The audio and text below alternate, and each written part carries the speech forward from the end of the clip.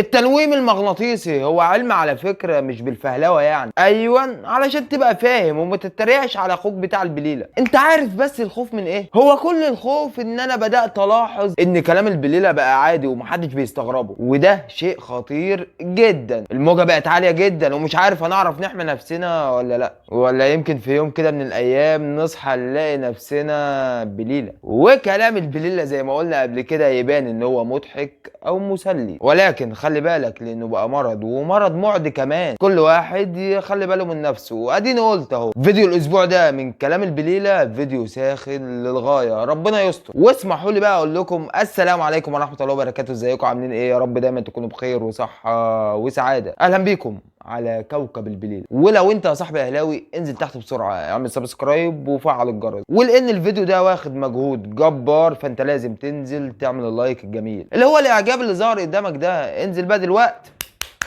اعمل اللايك. اما